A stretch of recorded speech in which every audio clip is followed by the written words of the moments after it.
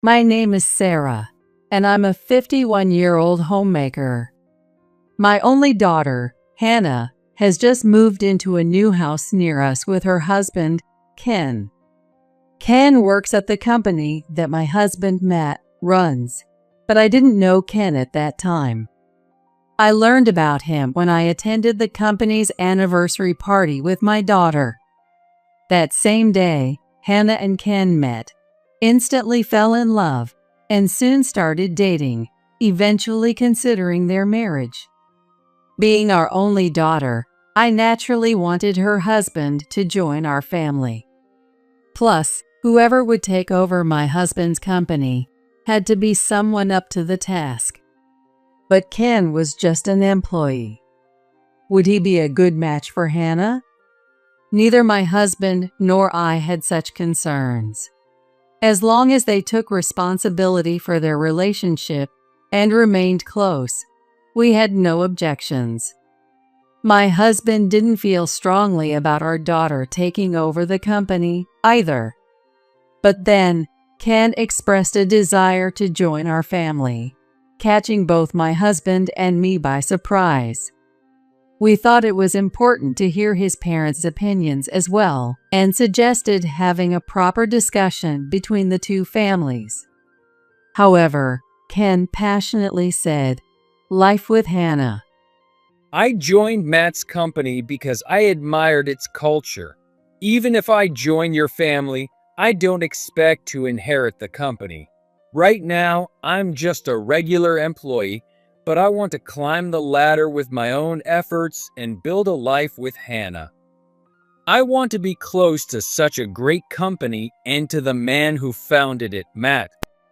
If he doesn't want to be the next CEO, what's the point of becoming our son-in-law?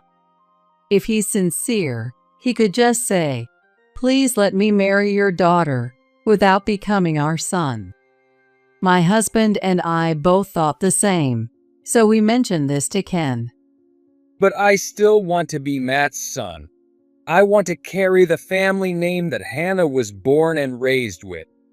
Ken insisted. Can I trust that you truly mean that? Just because you're my son-in-law, don't expect any special treatment or an easy promotion. You've said some nice things about me, but what matters more to me and my wife is that you take good care of our daughter. Yes, I understand completely. I'll spend my life protecting and making Hannah happy. Ken's unwavering determination in response to my husband's words won us over, and we decided to accept Ken as part of our family. However, that was a big mistake. As our daughter's pregnancy progressed and her belly became more noticeable, things started to go awry. Hannah, who was once bright and full of happiness, began to lose her spark little by little. At first, I thought her health and emotions were just unstable because of her pregnancy. But from observing her, I felt like something else was going on. "What's wrong? You don't look well.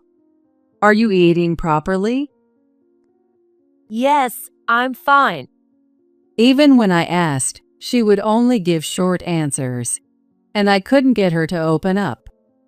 I would be relieved if there was nothing wrong, but I couldn't shake the vague unease inside me. When she was close to her due date, she and Ken came over for dinner, and Ken's behavior was clearly strange. "Ken, you seem really busy lately, but Hannah seems anxious about her first pregnancy, so please support her as much as you can." Huh? Oh yeah. His curt response left me feeling uneasy. This attitude was so different from the Ken who once passionately spoke about his love for Hannah, and it gave me an indescribable discomfort. Sure, nobody likes being nagged by their mother-in-law, but I wasn't being harsh. I had never meddled in Ken's life before. So what was with that look? When I glanced at Hannah, she was trying to smile, but her eyebrows were slightly furrowed, giving her a troubled expression. Is something bothering Hannah about Ken? I couldn't shake the uneasy feeling I had about Ken, and I started to sense that there might be trouble between them as a couple. Hannah, why don't you stay over tonight? It might be nice for a change. For some reason, I didn't feel comfortable letting my daughter go home that night, so I suggested she spend the night with us. Really? But She glanced anxiously at Ken, but he didn't even bother to look her way. Come on, it'll be fine. Your room's still just as you left it. I insisted, almost forcefully, and sent Ken home early. Once I made sure Ken was out of sight, I turned to Hannah and asked, "Are you really okay? This is an important time for you, so I think it's better not to keep everything bottled up." it's nothing. Really? What are you trying to say? I told you it's nothing. As my daughter stubbornly clammed up, Matt finally spoke up. Actually, it's about Ken. What? You know something? I was surprised to hear Ken's name come out of Matt's mouth. Maybe he had sensed something too. What about Ken? I asked, and Matt sighed before beginning. Well, apparently, Ken's behavior at work hasn't been great, and there are rumors circulating in his department. Rumors? What kind? Apparently, he's been saying things like, "The CEO personally asked me to become his son-in-law, so I'm the next in line to be CEO." He's also reportedly been acting arrogantly towards his coworkers and bosses, and barely doing his job. Is that true? That's the complete opposite of what he told us. When Ken married Hannah, he said something like, "Just because I'm your son-in-law doesn't mean I should get special treatment." Yes, but apparently, more than just one or two people have heard him say this. Haven't you confirmed any of this? Why not ask Ken's boss directly? In a large company, the CEO doesn't often hear about the behavior of individual employees. Each department usually handles its own issues. But since Ken is my family, we can't just ignore such rumors. It's possible that he was joking around with close coworkers, and another employee overheard and took it the wrong way, spreading the rumor. Then why didn't you ask Ken directly?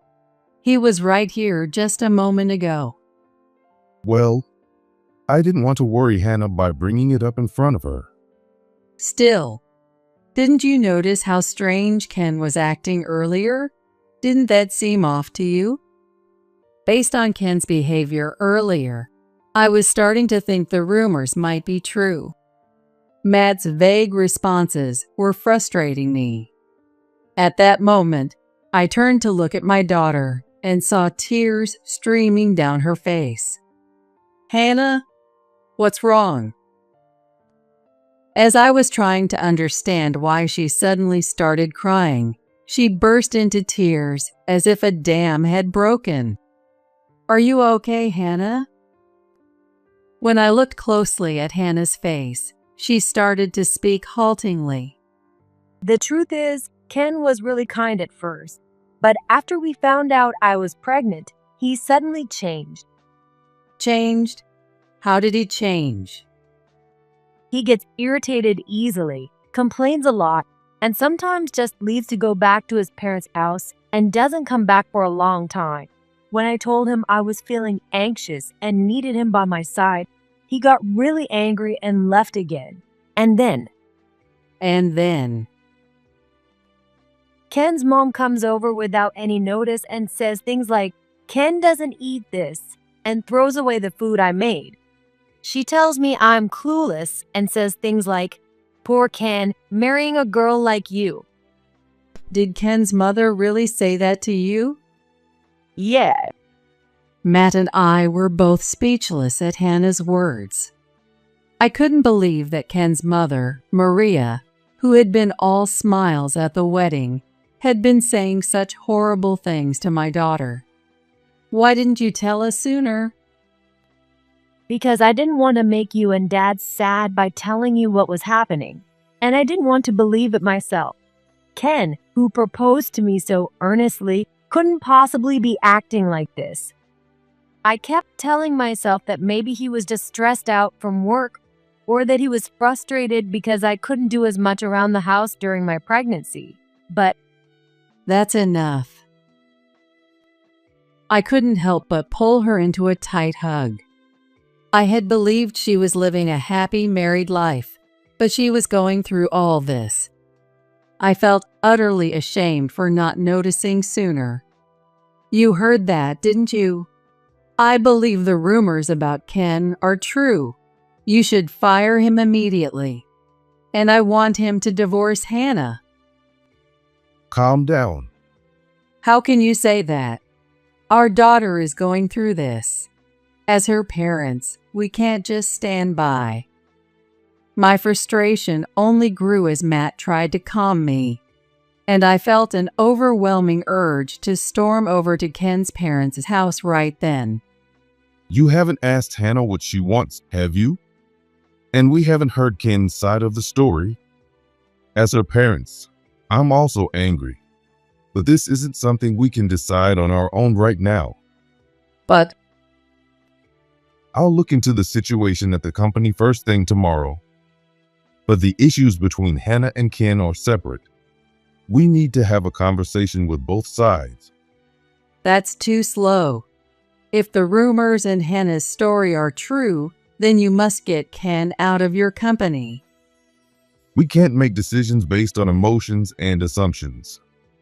We need to talk to the employees and Ken himself.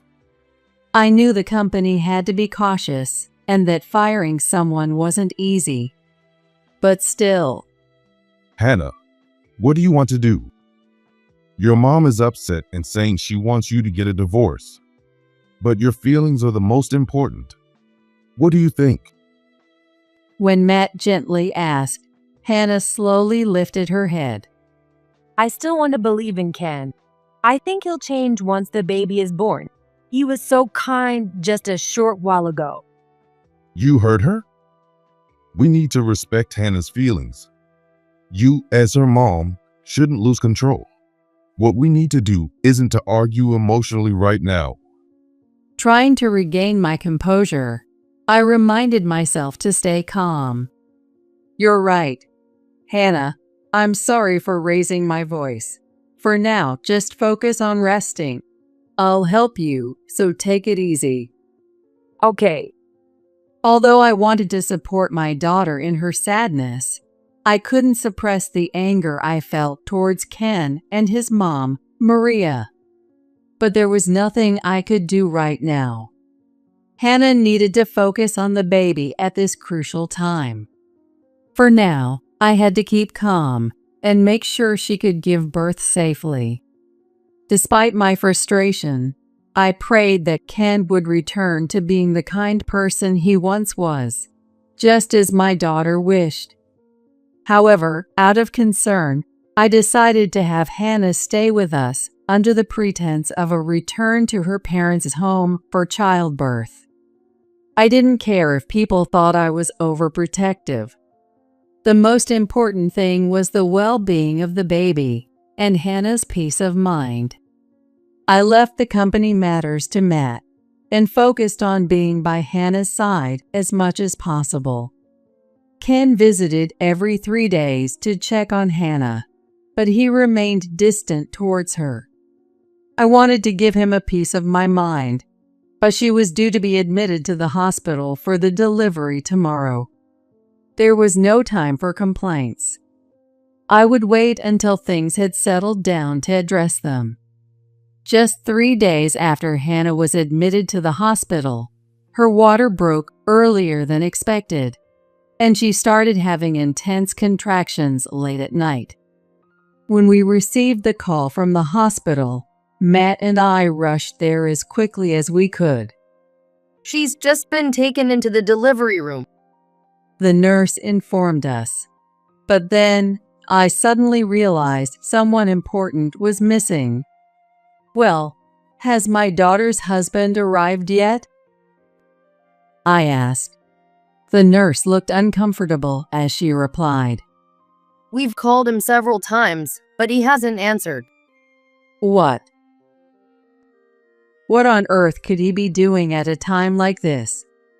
Could he possibly be sleeping off a night of drinking?" I hurried to the lobby, determined to keep calling until he woke up, if that was the case, and dialed Ken's number.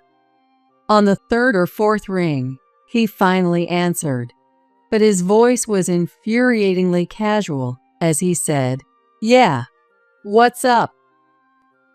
What do you think you're doing? I've been calling you over and over.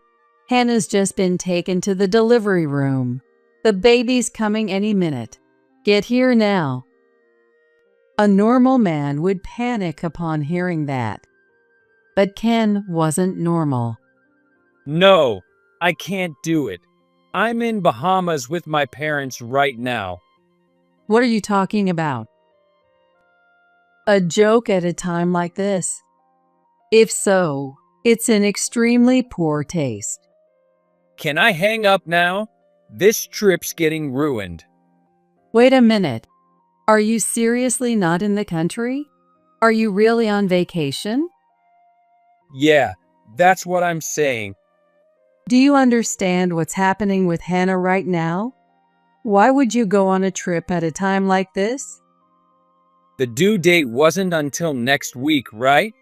I didn't expect it to be now. That's not the point. My voice grew louder as I struggled to communicate with Ken, who seemed completely detached from the situation. Just then, Matt, worried that I hadn't returned, came over. As soon as our eyes met, tears of frustration welled up in mine. Seeing my distress, Matt furrowed his brow and silently leaned in to listen to the conversation on my phone. Can I hang up now? To be honest, I don't even want kids. "What?" Both Matt and I gasped at Ken's blunt statement. Yeah, because once the baby's born, nobody is going to care about me anymore, right? I'd rather stay with my parents where I'm treated like a prince. And you know what? At first, I sucked up to you guys and pretended I wasn't interested in becoming the next CEO, thinking you'd like me better and fast-track my promotion. I figured I'd end up living a cushy life with my parents eventually, but nothing's changed, so I'm over it. Without a kid, maybe I could have just let it slide, but with a kid, it feels like, I don't know, a heavy responsibility or something. Anyway, Hannah doesn't want to leave me, so I'm thinking about what to do. If you guys take care of the kid and let Hannah focus on taking care of me, maybe I'll consider it. Oh, and make sure I get that promotion. You can do that for your darling daughter, right? His nonstop blabbering felt like a surreal nightmare. In the background, I could hear Maria's cheery voice calling out, "Ken, Ken. Are you serious?" Dead serious. Just as I was about to scream, Matt snatched the phone from me and silently hung up. "Honey."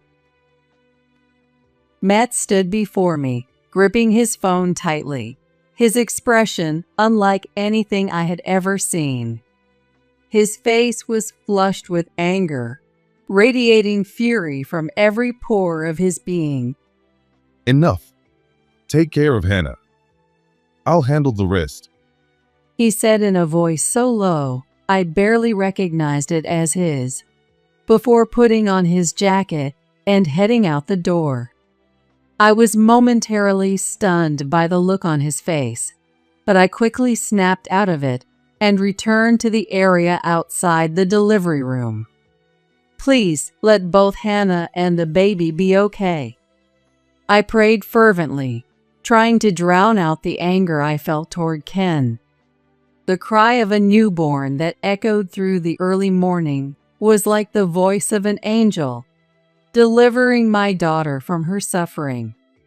On the day of Hannah's discharge, as I was packing up while she cradled her baby with a look of pure joy, both her phone and mine began to ring in succession. Hannah didn't even glance at her phone, while I took one look at the screen and immediately tossed it onto the sofa.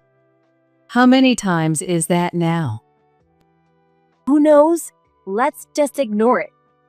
Just then, Matt called out, "Hey, it's time to go." And we left the hospital that had taken such good care of us.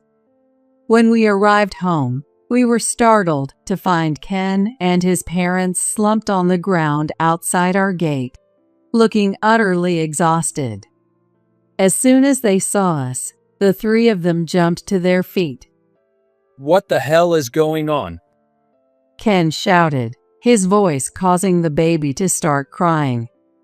I shielded Hannah from them, while Matt calmly ushered the trio inside. How was your trip to Bahamas? Did you just get back today? You're all dressed rather casually for a visit, he remarked, noting their resort attire. They certainly didn't look like people who had come to visit someone's home, but rather like they had been through quite an ordeal. Don't joke around. We had the worst time over there. We were supposed to come back last week. What? Apparently, their trip to Bahamas had turned into a chaotic survival adventure. Here's a summary of their escapades. They were scammed with exorbitant taxi fares. Maria was persuaded by the charming shop clerk at the souvenir store to buy a huge amount of items she had no use for. Ken's father, Tad, was approached by a young woman asking for a donation. He gave her money, only to be chased down by dozens of beggars afterward. To top it all off, on the day of their return, their bag containing passports and money was stolen, leaving them stranded and forced to sleep rough as they couldn't arrange new accommodations. We had to deal with embassies and all sorts of things. We were stuck there for an extra week. Maria fumed, her eyes wide with frustration. I felt a bit sorry for them, but what could I say other than, wow, that sounds rough. What kind of response is that? Like you don't even care. I called you so many times. Your son-in-law went through hell, and you didn't help at all. Isn't that just cruel? Ken's tone was exasperating, and I couldn't help but put my head in my hands. You went on a trip abroad while your wife was going through a difficult time. How can you stand there and say such things? You're supposed to be the father of that baby. I was so fed up that I couldn't even muster tears anymore. I didn't even have the energy to argue back. No, that's not the main thing I wanted to talk about. It's the company. What the hell is going on there? Ken yelled as he thrust a piece of paper in front of Matt and me. It was a termination letter, clearly outlining the reasons, with Matt's signature at the bottom. This was waiting for me at my parents' house this morning. A termination notice? Are you kidding? Am I really fired? What? Kenny's fired. Maria shrieked as she confronted Matt, while Tad's face turned pale as he read the letter. You lied about a family emergency to go on that trip. Did you really think that lie wouldn't catch up with you? Matt leaned in close to Ken, who started to laugh nervously. Come on, Matt. What are you talking about? I overheard your entire conversation with my wife the other day. At those words, sweat began to bead on Ken's forehead. Well, you see, I got carried away in the excitement of being in an overseas. So, You have a tendency to spew lies when you get excited, do you? No, it was just a joke, Matt. You understand, right? He clearly underestimated Matt. Standing beside him, I could feel a shiver run down my spine, knowing that the storm was about to break upon Ken and his family. And about the firing, you're joking, right? Wait, is it April Fool's Day? Matt, you're not usually the type to pull pranks like this. Ken said with a nervous laugh. In an instant, Matt's expression turned deadly serious. No, Ken. I spoke with the board immediately after overhearing your phone conversation. The decision was unanimous. You're fired. Matt said that, looking directly into Ken's eyes. Ken was momentarily taken aback by the sudden shift in Matt's expression and tone, his eyes widening in confusion. Wait a minute, you can't be serious. What do you mean? It's not that easy to fire an employee, right? What did I do? Is it because I lied about the family emergency to go on the trip? You can't fire me for that. I'll sue. That's right. We'll sue for wrongful termination. Matt remained unfazed, his posture and tone as calm as ever. You're right. It's not easy to fire an employee, and you're welcome to sue. But in that case, we'll present evidence of your behavior towards your coworkers, your demeaning remarks to female employees, and other incidents. We've already consulted with our legal team and have testimonies to support our case. But, Ken's face drained of color. And that's not all. You also. stop, please. Ken interrupted, leaning forward, trying to prevent Matt from saying more. What? What else? Maria truly has no idea what's going on. She didn't realize that Ken had been embezzling from the company. When I first heard about your misconduct from the employees, I was prepared to transfer you to a branch office in a remote area, thinking that if you could change for the sake of Hannah and your child, that would be enough. But after hearing that phone call, I made my decision. I considered turning you over to the police, but I didn't want my grandchild to grow up with a father who's a criminal. So, consider your termination an act of mercy, something for which you should be grateful. No. What does Hannah have to say about this? She wants a divorce. We've already spoken to our lawyer. That's not true. That can't be true. Hannah's crazy about me. There's no way she'd say that. At that moment, Hannah returned to the room after putting the baby down to sleep. Hannah, tell them it's not true. They're just trying to push me out. I'm being unfairly treated and fired. You have to stand up for me. Ken pleaded, but the icy look in Hannah's eyes stopped him in his tracks. I heard everything from my mom. I'm divorcing you. No, you can't do that. You need me. I'm the father. Father, you don't even want this child. I admit I once loved you. That's why I endured everything you and Maria said to me. I was afraid of the trouble a divorce would cause and worried about my future. But after seeing my baby, I realized I don't care about you at all anymore. In fact, I think it's better if this child has no father than one like you. I will protect and raise this baby on my own. My baby gave me the courage to do this, She declared, her voice filled with the strength of a mother defending her child. Hannah's unwavering gaze bore into Ken, who glared back, his face twisted with rage. Don't give me that crap. You don't know anything. You're just some clueless girl. You should be happy just catering to my needs. Yeah, You're just a spoiled rich girl. Don't you know what it means to support your husband? You should have helped Ken get ahead and bought us a house. Wait, don't tell me. Are you the ones who arranged for us to be stranded in Bahamas? Is that why we couldn't come back? You must have paid those locals to scam us. This is all a conspiracy, and I'll have the police on you for this.